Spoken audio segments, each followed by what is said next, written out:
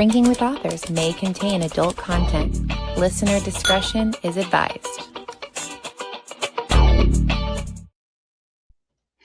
Hi, I'm Nick Savage, author, artist, and host for Four Horsemen Publications, Drinking with Authors. And we have a wonderful author with us this evening, A.R. Farina. He writes well, tell us about your series. I don't want to mess up because I tend to do that. But I do know that they are an adaptation, and that's all I'm going to say. I'm going to let you talk, so tell us. Sure. Yes. Hello. Thanks for having me. Long time listener, first time caller. I'm drinking my black coffee because you're hearing this at night, people, but we're recording it in the middle of the day. Yeah, I'm the author of the Austen Chronicles. So they are adaptations, a modern day adaptation of Jane Austen novels set in a shared universe. So the new book just came out just last week, the 11th of October, the third one. I'm halfway through writing the fifth one. It's very exciting stuff. So yeah, so the Austen Chronicles are imagining if all of the Jane Austen's characters lived and knew each other. Each of the book is a standalone, but the characters pop in and out. So it's very shared universe, like Taylor Jenkins Reid. If you've read her book series, like she's got a bunch of different books, but she's got 4 like the Malibu Rising series where that Nick is the character's name, who appears in Daisy Jones and the Six and Malibu Rising and Carrie Soto and Evelyn Hugo. So it's loosely in the same universe. Stephen King does this, right? Like his main characters pop up as side characters in other books. So that's how mine is a series in that way. So yeah, it's set in a modern time though. So you don't have to. And if you've never read an Austen book, that's okay. I still think they're fun. Well, that does lead me to my first question. But before that, thank you for saying you're drinking coffee. I am drinking a breakfast bourbon tea. No bourbon in it because, as AR pointed out, it is like 2:30 East Coast time right now as we're doing this. And day drinking is a little about 15 years past That's me. So 15 years ago. Yeah. Absolutely.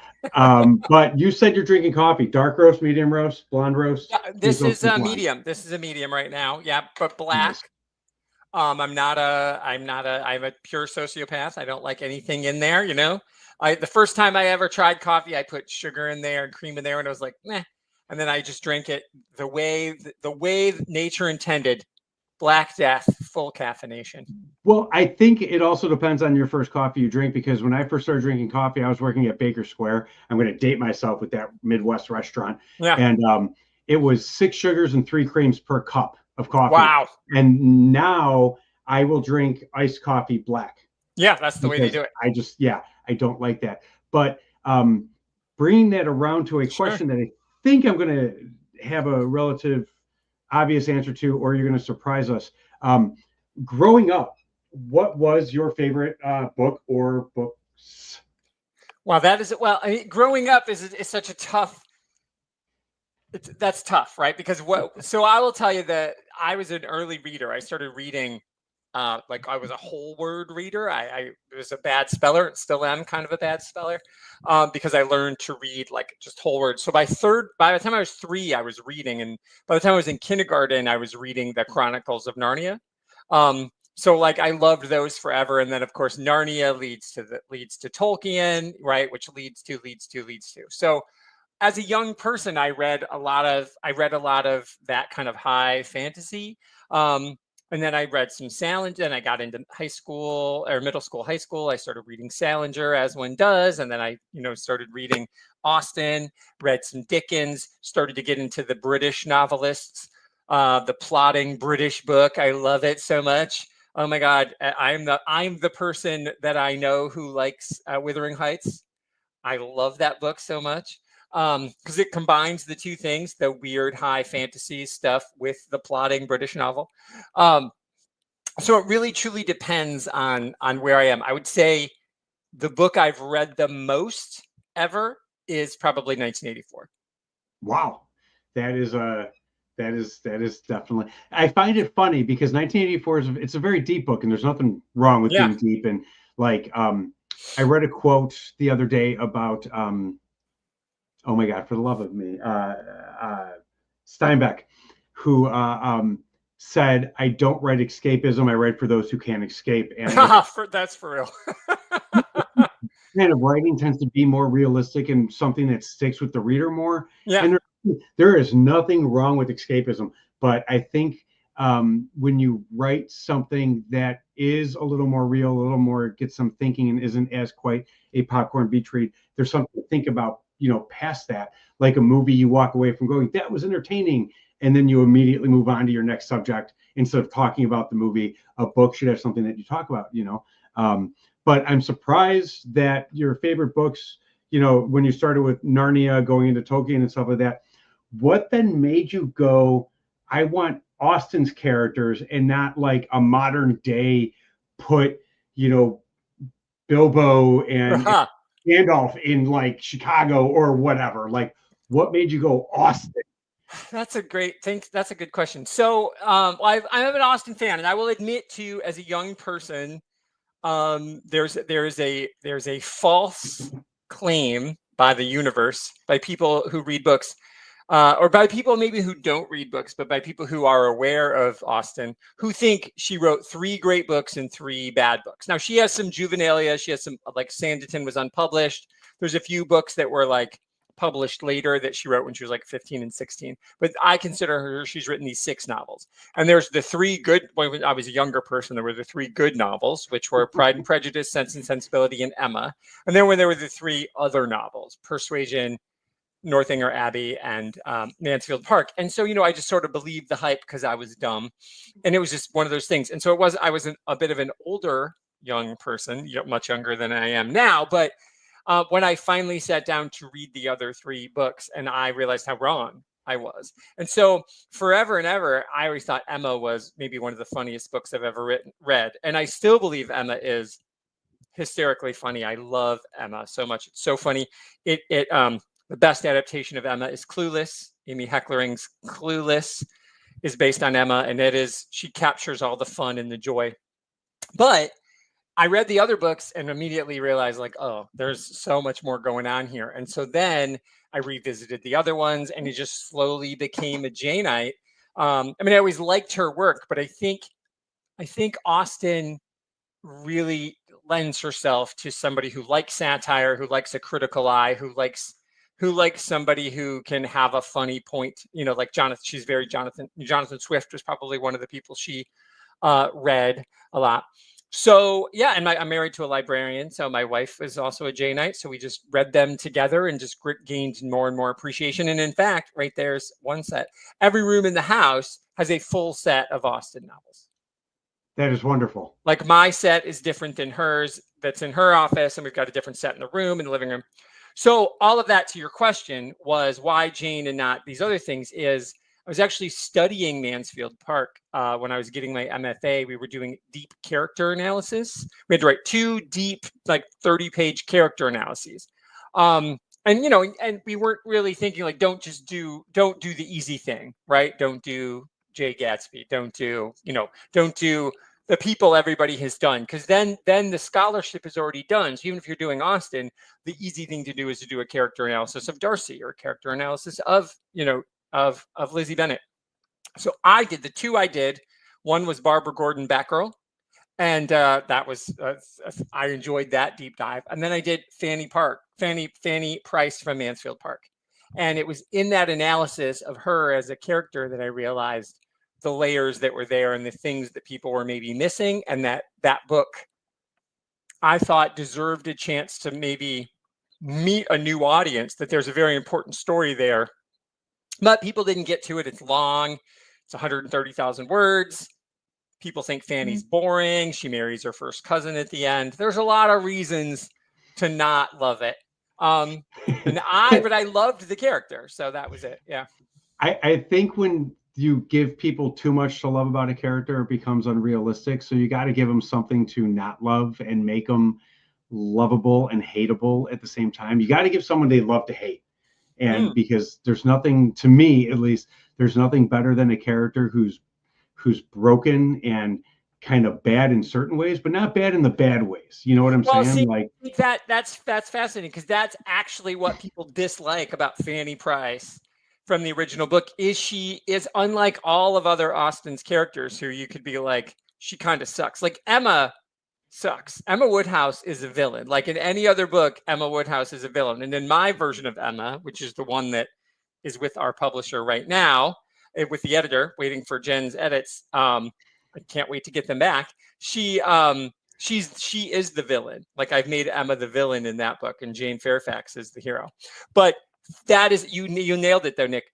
Fanny Price there's nothing. She is virtuous and good, and so people think she's boring. So I had to find the thing. Now, what worked for me is I was a straight edge kid. Not like religious straight edge, but I just didn't drink, didn't smoke, didn't do that stuff, even into college. And so I made people uncomfortable. Like when you're just living your life and you're at a party and everybody's, shit faced, and you're not, they think you're judging them. And yeah, so I understand that. But I wasn't judging them. I didn't care. But, with this person's stoned and this person's drunk and this person's, whatever.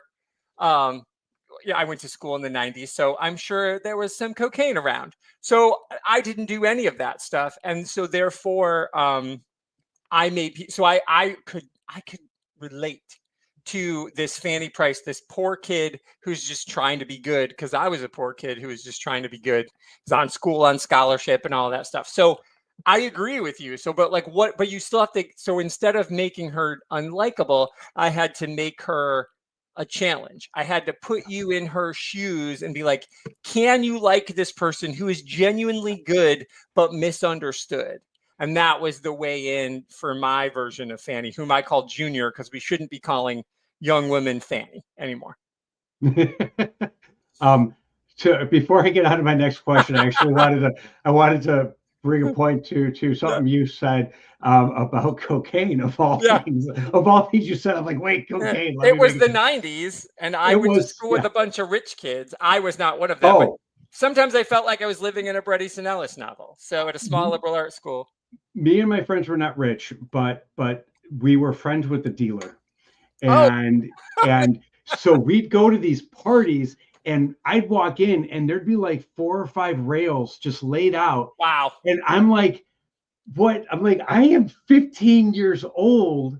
I can barely handle like an old style and a shot of old granddad. What the hell makes you think I want to put this shit up my nose when I already have sinus problems to begin with? And they're like, oh, just have some. It's just fine. Like, no. You'll be fine. It's really nice. I'm like, do you know me sober? Do you think I need that in my system? And I wasn't judging them for doing it, but I was just like, it was very like, I had sinus problems. You know what I'm saying? So I was constantly doing like that, like so they thought you were on it anyway. All the time. So when I was 21 and we were at the bars and everyone's smoking around me, and because nothing's better than for an asthmatic to smoke, I was smoking at the time, and I'm doing that like noise, and they'd be like, hey, let me get some Coke. And I'm like, I don't do Coke. I don't have Coke. As I'm sitting there like blowing my nose and white, and they're like, fuck you. And I'm just like, whatever, dude, like whatever. I just never did, but it is what it is. So I don't judge. But based on what you were talking about with the character and character development, I'm going to ask you a question that you might be like, I don't want to repeat what I just said. What is or are the most important elements to you when it comes to writing, to make good writing?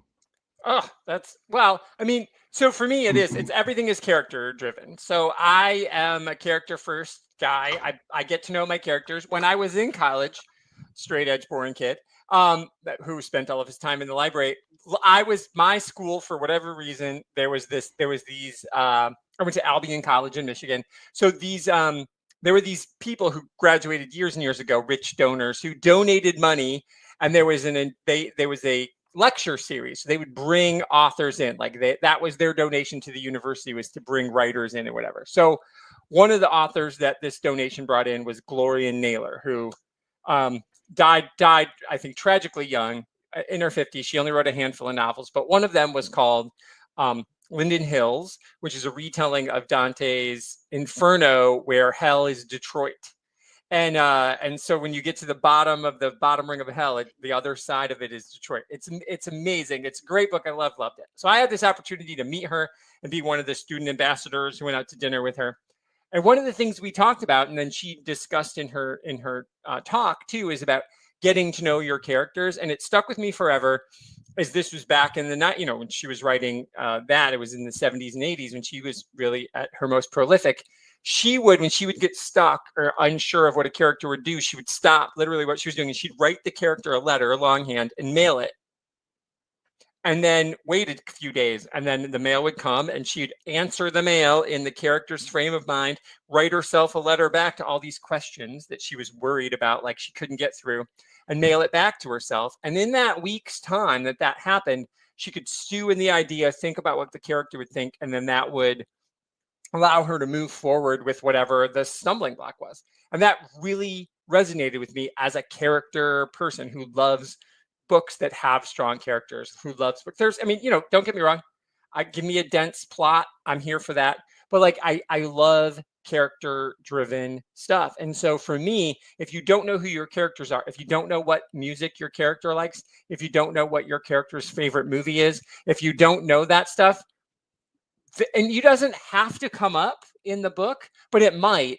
And if you don't know it, then the audience doesn't relate, even if they don't like what they like. So that to me is that you gotta get to know those people. No, you're 100% correct, because I'll have people going, oh, how do you write? Give me some advice on writing. Give me this, give me that. And I have like my character development books, which are basically just ultra detailed, like character sheets for Dungeons and Dragons that have stuff that you would never use in the tabletop gaming. Right. But I tell people, I'm like, you need to know, because I'll get people who give me books and I'll read them and I'll be like, here's this book. And I'm like, okay. And I'll be like, the characters all seem the same. And they're like, what do you mean? I'm like, well, when was this character born? I don't know. When was this character born? I don't know. What kind of ice cream do they like? What's their favorite band? What city do they grow up in? How many times did they move? What's their favorite movie? Are they gay? Are they straight? Are they bi? Are they bi-curious? Have they never explored any of these things? Now, of course, that's age appropriate, for stuff like that. I'm not going to ask that, whatever. Have they experienced death in terms of like, are both their parents alive? Have they lost a good friend in a car accident? Have they witnessed anything? Blah, blah, blah. And it may never come up in the book, and you're 1000% correct. But it answers questions to how they will respond to things. If they come from a place, and I don't want to say a place of privilege because that word gets thrown around so much, but if they come from a place of money and not having to worry about how things are going to be obtained, that's very different from people who grew up with less money like us, who are going, let's think about that for the first, for a moment. So just going, sure, give it to me. So I love that.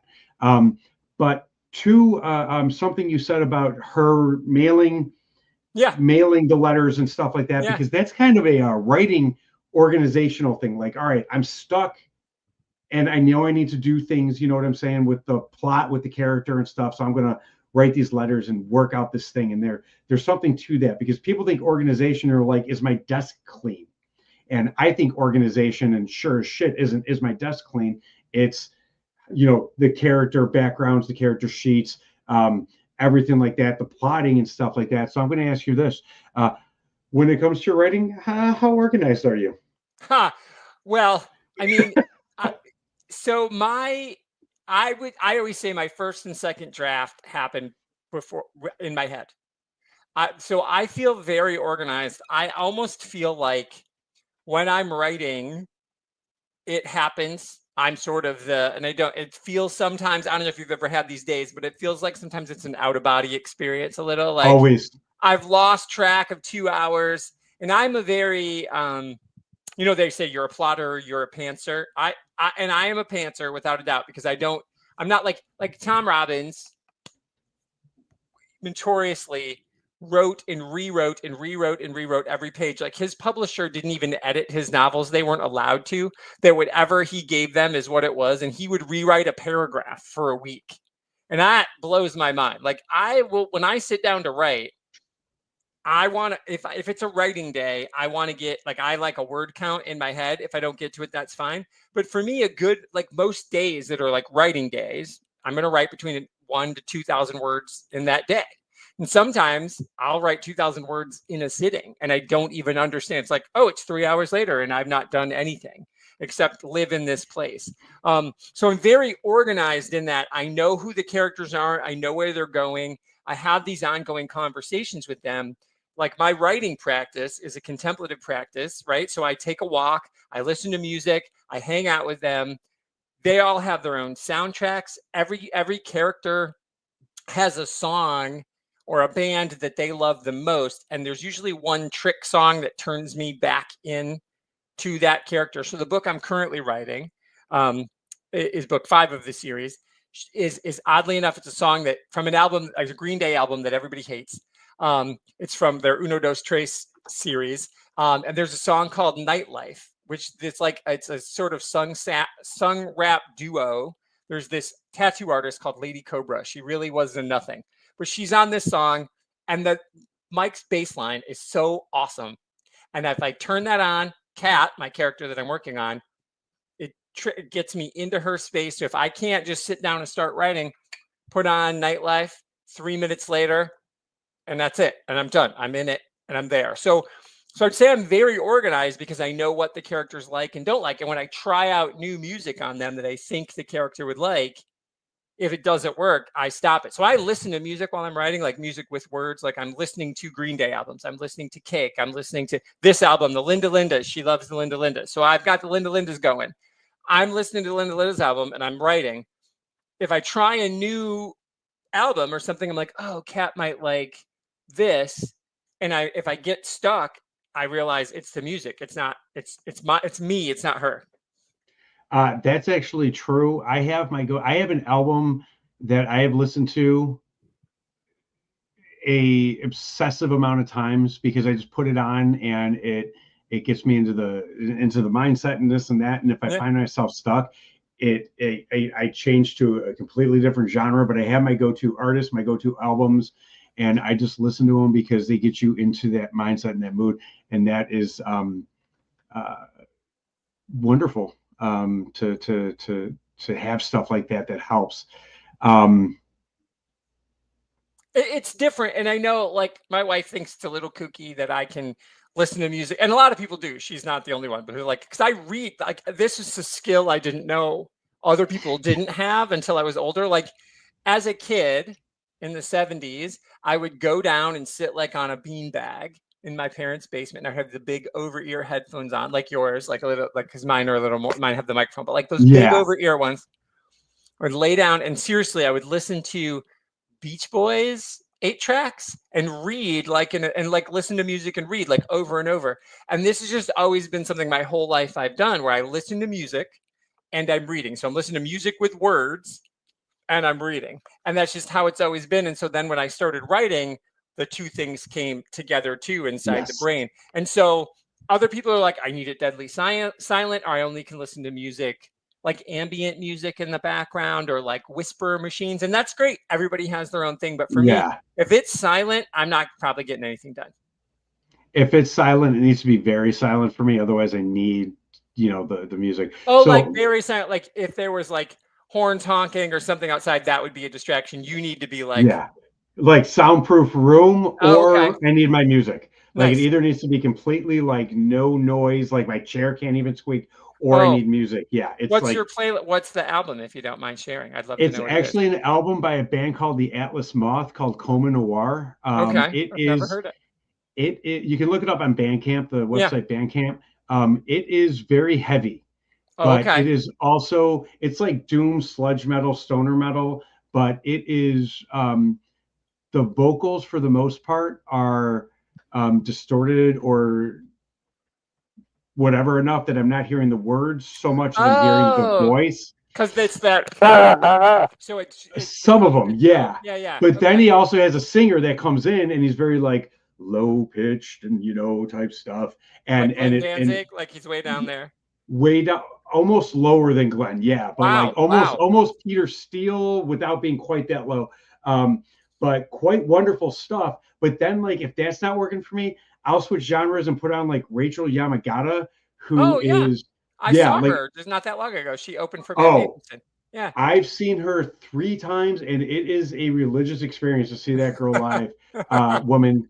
Yeah. I saw her back before she was, back before even Happenstance release and stuff, and she was absolutely wonderful. Very small shows and stuff. But her new album, Starlit Alchemy, is absolutely great as well. That's Though quite a bit different than the other stuff. That is a total 180. my favorite stuff of hers is actually the second disc to Elephants Teeth Sinking In with like Side Dish Friend and now I can't think of anything but Yeah. Side Dish Friend, but like it's like a 4 or 5 song EP second disc set for that, and those are like my favorite. But the song that really got me stuck on her was Under My Skin. It was the first song I ever saw her play. I was standing like 10 feet in front of her at this place called Elbow Room in Chicago, and I was like, she knows what she's doing, and I've just like loved her stuff ever since. That's awesome. But like it's like that or like really heavy metal. That's You know what I'm amazing. saying? Yeah, it's Yeah. like it's I'm not crazy. So we have a few minutes left, and I have to Yeah. ask, Sure. are there tropes, like for me it's the genius child with the idiot parent? Are there any tropes that drive you absolutely angry, like send Oh, you into a yes. rage? Yes, that's a yes. So I like that one though. There's two because I list myself like these are I'm writing YA books, but honestly, most of my readers, the people that like me the most, are like boomers. Boomers seem to love this. Obviously, maybe they're reliving their childhood in some ways, but I mean, that I feel like I'm writing young adult / new adult novels. The characters are all between 16 and 22. Yeah. So they fall into that range. But I read a lot of YA too, and the two YA tropes that drive me up a wall. That is such a great question. My wife and I talk about all the time. The one that sort of has just become overdone, and it wasn't a trope when people first did it, is only teenagers can save the world.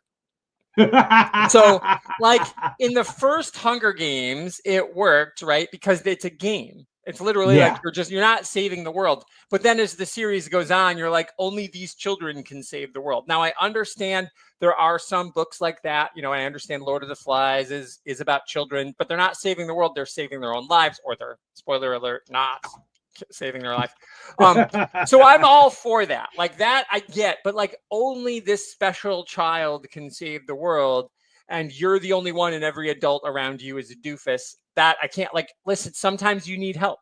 Sometimes the adults are the adults for a reason. Maybe you even just need a ride, right? Maybe there's that. So that one, but the one that drives me, and I get where that comes from, and I get why that is such a wish fulfillment in fantasy, and that works well in fantasy. But the one, no matter what genre it is, that pisses me off to no end is when they just don't tell each other things for no fucking reason. So there's not a good reason to keep a secret. Like there are reasons to keep a secret, right? There are reasons to keep a secret. Like I have to keep this from you because it could kill you. Like in Star Wars, there's a reason that Leia is kept a secret because she's the failsafe. Leia's the failsafe. If Luke is not a secret. Luke is actually bait. They give him his own last name. His name is Luke Skywalker. He's not hiding from anybody. He's with his aunt and uncle. If they wanted to find him, they could have. But Leia is kept secret, right? That makes perfect sense. But when it's like, I don't want to tell you, I don't want to talk about that for no fucking reason, just so that it causes conflict later. And then the conflict, and I know like you need conflict in books, of course you do. But that trope, the YA trope of I just don't want to tell you for no reason, because that does not work. And it's like, don't want to tell your parents you're out drinking and you don't want to tell your parents, right? But don't tell your best friend. Like if this person is your best friend, you would call them immediately and be like, holy shit, I was out drinking and this awful thing happened. I'm going to say something controversial about that, Please. and I think you'll agree with me. But if writers do that simply to do it, it comes across as poor writing because they need to drive the story forward and can't think of a better way to do it. Yeah. And that could be me putting a noose around my neck, in Right. the industry. But to me, that's what it comes across as, because everything needs to have a reason to do it. We're running out of time, so I have one last question for you. Sure. And you don't have to go into huge detail. You're on death row because you've killed people. What's your last meal? Oh my God. Wow. I was unprepared. Wow. I guess, I mean, I know it's totally lame. I would probably just have a pizza. I'm a vegetarian. I would I love a cheese. Just give me a cheese pizza. I'm a happy guy. Ain't nothing wrong with that. Cheese, maybe some mushrooms and onions, if that. Yeah, I love it. Thank you so much for being with us today. that was This has been fantastic. absolutely wonderful. You have been wonderful. And everyone who's watching, let us know your thoughts, and we will see y'all next time. Thank you so much. Thank you.